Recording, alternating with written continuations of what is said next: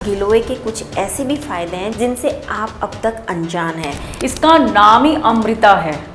ठीक है, अमृता मतलब जो मतलब अमृता क्या मतलब हुआ, जो मृत नहीं है, जो मरता नहीं है ना। ये खुद भी नहीं मरती और ये मरने भी नहीं देती। ग्लो जो है उसकी नेचर है कार्डियो प्रोटेक्टिव। वो आपके हार्ट की प्रॉब्लम्स को भी दूर करता है, आपके बीपी को रेगुलेट करता है। किसी भी तरीके से आप ग्लो को लोगे तो आपको फायदा ही करेगा।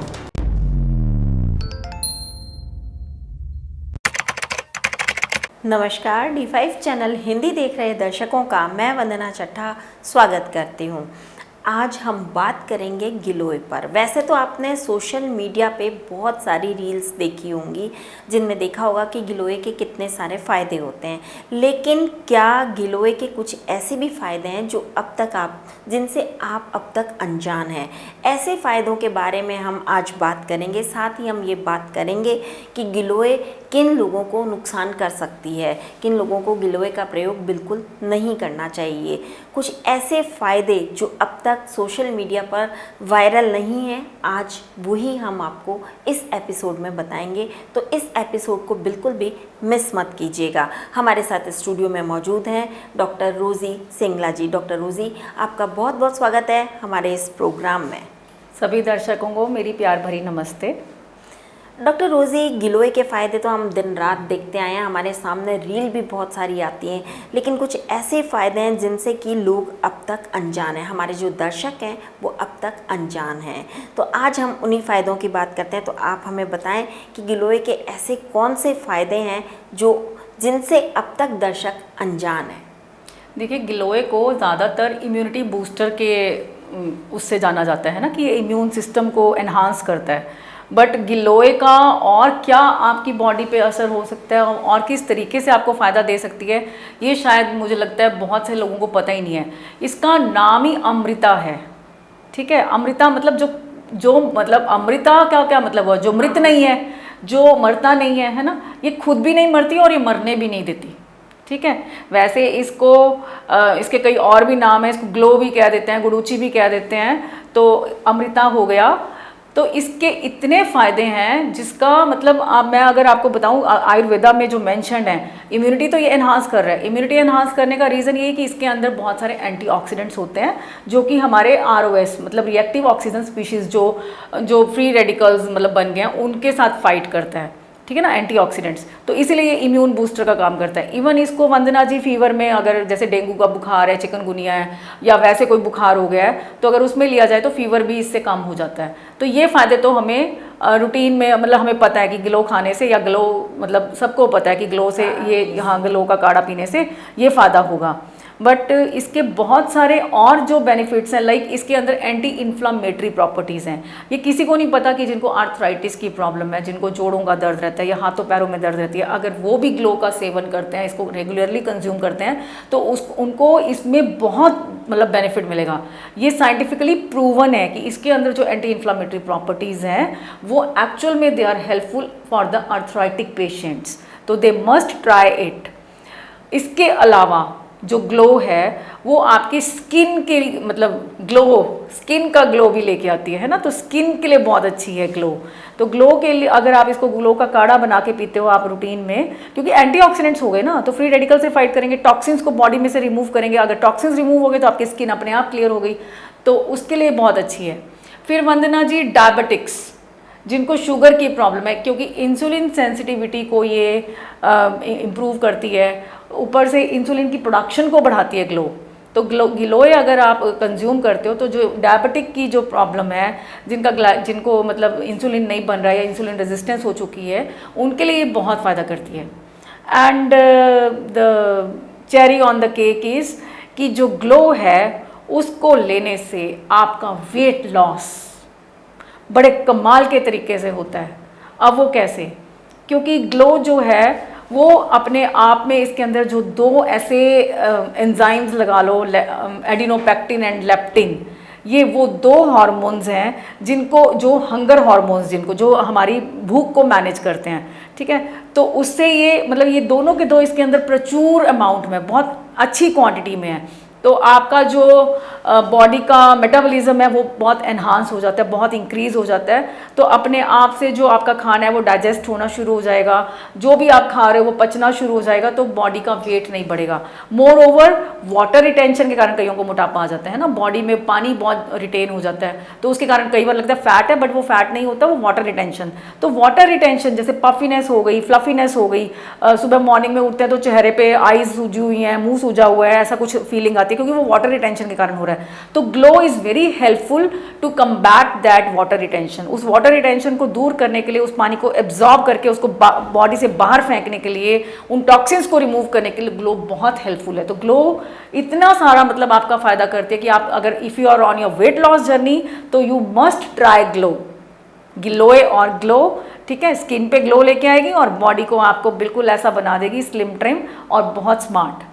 बहुत से लोगों को इसे कंज्यूम करने का तरीका नहीं पता है, वो गलत तरीके से इसे काम में लेते हैं, उसे गलत तरीके से खाते हैं, चाहे इसका काढ़ा बना करके पिएं, चाहे इसे पाउडर फॉर्म में खाएं या टैबलेट फॉर्म में खाएं, मगर उन्हें सही तरीका नहीं पता है। तो आप उन्हें सही तरीका बताएं कि गिलोय को काम में लेने का बिल्कुल सही तरीका क्या है, जिससे वो बहुत ज़्यादा फ़ायदा दे सके। देखिए, वैसे तो जो गिलोय है वो दातुन फॉर्म में ले सकते हैं, शरबत हो गया, इसका सत्व आता है, गोलियां भी आती हैं गिलोय की, आप उस तरीके से ले सकते हो। बट मुझे लगता है कि अगर आप गिलोय के पत्ते 40 ग्राम पत्ते आप उसको रात को पानी में भिगो के रख दो, 250 ml पानी में पीस के उन पत्तों को, ऐसे पत्ते डायरेक्ट नहीं डालने हैं, अपने पत्तों की चटनी बना के उनको पानी में, मिट्टी के बर्तन में, मिट्टी का बर्तन लोगे तो बहुत बेनिफिशियल है, मिट्टी के बर्तन में 250 ml पानी में वो 40 ग्राम पत्ते पीस के आपने रख देना है। मॉर्निंग में वो पानी छान के अगर आप वो पी लोगे तो वो कंजम्पशन का बहुत कमाल का तरीका है। फिर उसके बाद और भी कई तरीके हैं, जैसे आपने ग्लो की डंडी, जैसे इतनी आप लगा लो 2 पेन मिला के, है ना, इतनी डंडी एक सफिशिएंट है। अगर डेली आप इफ़ यू आर हेल्दी, आप कोई फीवर के लिए या वैसे नहीं पी रहे हैं, आप रूटीन अपना मतलब रूटीन डाइट की तरह ले रहे हो, तो इतनी सी डंडी आपने गिलो की ली, उसको अच्छे से उसको कूट लिया, मिक्सी है तो मिक्सी में कर लिया कूटना, अगर आपके पास पेसल मोटर है, किसी भी चीज़ में आपने उसको अच्छे से मतलब छेद लिया, ऐसे लगा लो, कूट लिया।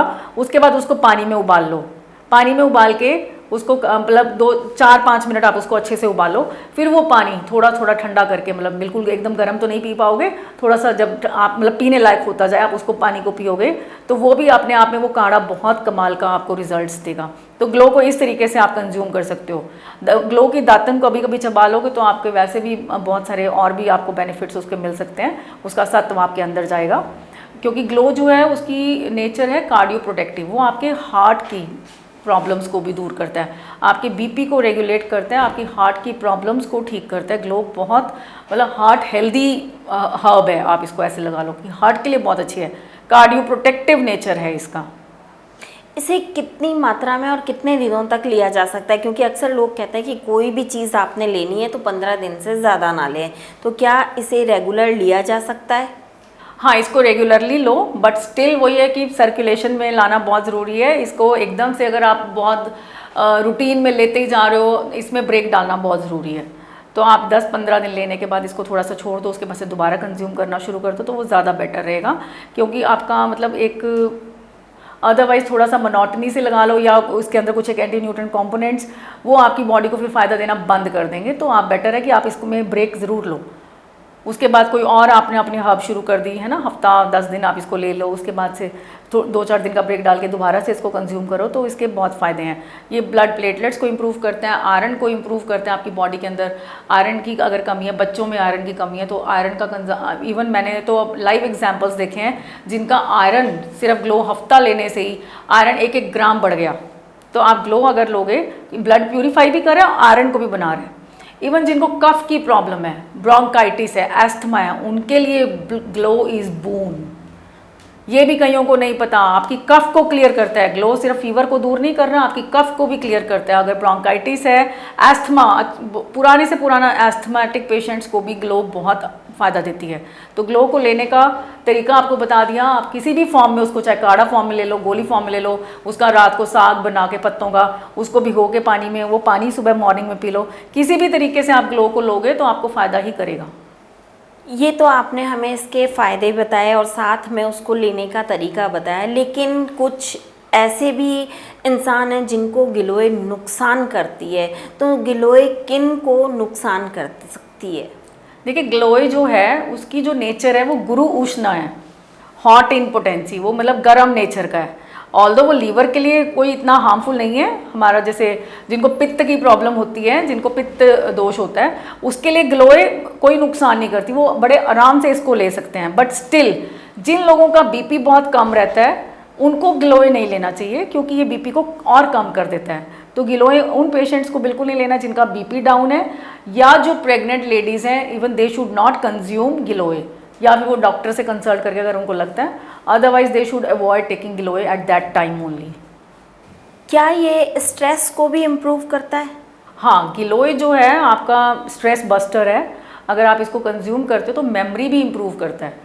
जैसे आजकल बहुत ज़्यादा एल्जाइमर्स और ये पार्किंसंस इस तरह की जो प्रॉब्लम्स आ रही हैं, गिलोय के रेगुलर कंजम्पशन से इस तरह की प्रॉब्लम से बचा जा सकता है, क्योंकि ये कंसंट्रेशन, जो बच्चों में कंसंट्रेशन नहीं बढ़ती उनको कंसंट्रेशन में हेल्प करता है, फोकस मतलब उनका नहीं टूटता। और जिनको फॉरगेटफुलनेस की मतलब हो जाता है कि भूलने लग गए हैं, चीज़ों को नहीं पता रहता है, या मतलब ओल्ड एज में जाके, तो अगर वो गिलोय कंज्यूम करते हैं तो उसमें मेमोरी को एनहांस करने में ये बहुत हेल्पफुल है। तो स्ट्रेस बस्टर भी है, स्ट्रेस को दूर करता है, आपके ब्रेन का मतलब ब्रेन का टॉनिक है गिलोय। तो आप अपने दिमाग के लिए, अपनी मेमोरी को शार्प करने के लिए गिलोय को कंज्यूम कर सकते हो। इसमें मतलब आपको ये बहुत फ़ायदा देगा आपके ब्रेन को, ब्रेन की पावर को एनहांस करने के लिए। आप इसके अगर आप इसको कंबाइन करते हो आंवला जूस के साथ या एलोवेरा जूस के साथ, तो ये दोनों तरीके से आपकी बॉडी के इम्यून सिस्टम पे भी काम करेगा, आपके डाइजेशन पे भी काम करेगा, और आपके ब्रेन को भी एक्टिवेट करके रखेगा। मतलब इसे आंवला जूस के साथ में इजीली लिया जा सकता है? हाँ, आंवला जूस के साथ भी ले सकते हैं। अगर डाइजेस्टिव इश्यूज़ हैं तो आप आंवला जूस के साथ ज़रूर इसको ट्राई करो, और अगर आपको health benefits, overall health benefits के लिए लेना है तो आप इसको एलोवेरा जूस के साथ इसको ज़रूर ट्राई करो। 2-3 टेबल स्पून आप गिलोय का जूस ले लिया, और आजकल मार्केट में रेडीमेड में मिलता है, और 2-3 चम्मच ही आपने आंवले का जूस डाल लिया, नहीं तो आप घर में बना के उसका शरबत या कुछ भी आप उसको कंज्यूम कर सकते हो। कहते हैं जो बाज़ार में जूसेस आते हैं उनमें प्रिजर्वेटिव्स होते हैं, तो क्या इसका कोई नुकसान नहीं होता है?